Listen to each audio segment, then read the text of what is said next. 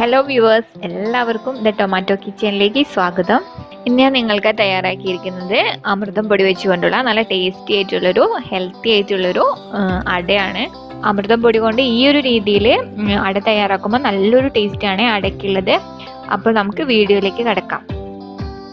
ഇതിനുവേണ്ടി ഞാൻ എടുക്കുന്നത് 1 കപ്പ് അമൃതം പൊടിയാണ്. നിങ്ങളുടെ ആവശ്യത്തിനനുസരിച്ച് ഇതിലേക്കുള്ള അളവ് കൂട്ടിയും കുറച്ചൊക്കെ എടുക്കാവുന്നതാണ്. ഇതൊരു ബൗളിലേക്ക് മാറ്റി കൊടുക്കാം. ഇനി ഇതിലേക്ക് ഞാനിപ്പോൾ ചേർത്ത് കൊടുക്കുന്നത് ഒരു 1/4 കപ്പ് ഗോതമ്പ് പൊടിയാണ്. അമൃതം പൊടി കൊണ്ട് മാത്രം തയ്യാറാക്കുമ്പോൾ അട പൊട്ടി പോകുന്നുണ്ട്. അതുകൊണ്ടാണ് നമ്മൾ ഇതിലേക്ക് കുറച്ച് ഗോതമ്പ് പൊടി കൂടി ചേർത്ത് കൊടുക്കുന്നത്. അപ്പോൾ അടയ്ക്കൊരു ഉറപ്പ് കിട്ടുന്നുണ്ട്. ഇനി നമുക്കിത് ഒരു അരിപ്പയിൽ 2 തവണ അരിച്ചുകൂടി എടുക്കണം. അപ്പോൾ അട നല്ല സോഫ്റ്റ് ആയിരിക്കും. അങ്ങനെ പൊടി ഞാൻ 2 തവണ അരിച്ചെടുത്തിട്ടുണ്ട്. ഇത്രയാണ് അതിൽ നിന്ന് വേസ്റ്റ് വന്നത്. നമുക്കിനി അരിച്ചെടുത്ത പൊടി മാറ്റി വെക്കാം.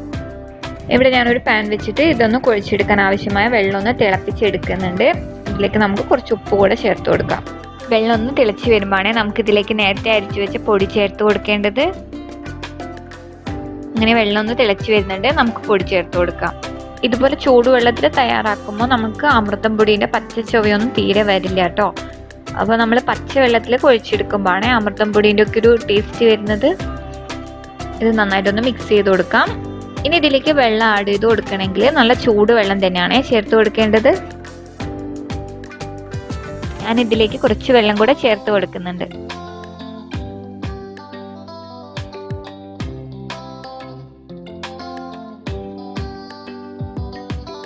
ഇനി നമുക്ക് ഫ്ലെയിം ഓഫ് ചെയ്ത് ഇതൊന്ന് മൂടി വെക്കാം. ഈ ഒരു സമയത്ത് നമുക്ക് ഇതിലേക്ക് വേണ്ട ശർക്കരയും തേങ്ങയും റെഡിയാക്കി എടുക്കാം.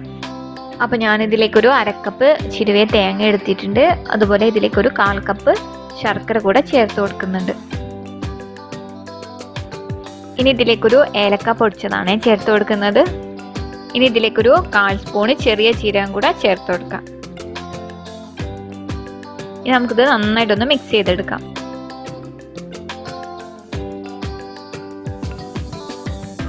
തേങ്ങ ശർക്കരയൊക്കെ നന്നായിട്ട് മിക്സ് ആയിട്ടുണ്ട്. അപ്പോൾ നമുക്കിത് മാറ്റി വെക്കാം. ഇനി നമുക്ക് അമൃതം പൊടി ഒന്ന് കുഴച്ചെടുക്കാം. അപ്പോൾ ഇത് നന്നായിട്ട് തന്നെ തണിഞ്ഞിട്ടുണ്ട്. നമുക്കൊരു ചപ്പാത്തി പരുവത്തിൽ നല്ല സോഫ്റ്റ് ആയിട്ടാണ് കുഴച്ചെടുക്കേണ്ടത്. അങ്ങനെ അമൃതം പൊടി നന്നായിട്ട് തന്നെ കുഴച്ചെടുത്തിട്ടുണ്ട്. ഇത് നമ്മൾ ചപ്പാത്തി പരുവത്തിലാണ് കുഴച്ചെടുത്തത്. അപ്പോൾ നല്ല സോഫ്റ്റ് ആയിട്ടുണ്ട്. ഇനി നമുക്ക് അട തയ്യാറാക്കാൻ വേണ്ടിയിട്ട് ഞാൻ ഇവിടെ വാഴയില എടുത്തിട്ടുണ്ട്. ഇനി നമുക്കിത് പരത്തിയെടുക്കാം. അതിനുവേണ്ടി ഞാൻ ജസ്റ്റ് ഒന്ന് കൈ നനച്ചു കൊടുത്തിട്ടുണ്ട്.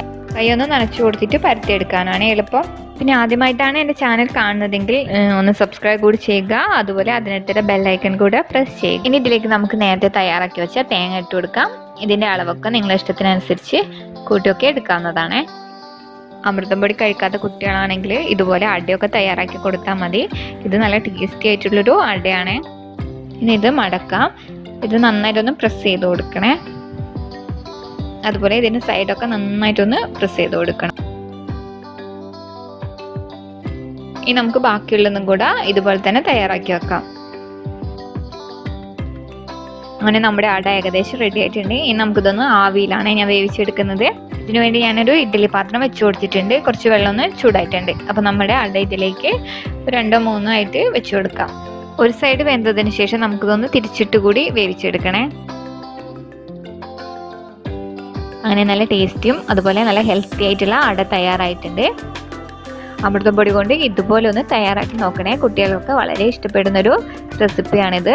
അപ്പോൾ ആദ്യമായിട്ടാണ് എൻ്റെ വീഡിയോ കാണുന്നതെങ്കിൽ സബ്സ്ക്രൈബ് ചെയ്യാൻ മറക്കരുത്. അതുപോലെ വീഡിയോ ഇഷ്ടമായെങ്കിൽ ലൈക്ക്, ഷെയർ, കമൻറ്റ് കൂടി ചെയ്യുക. താങ്ക്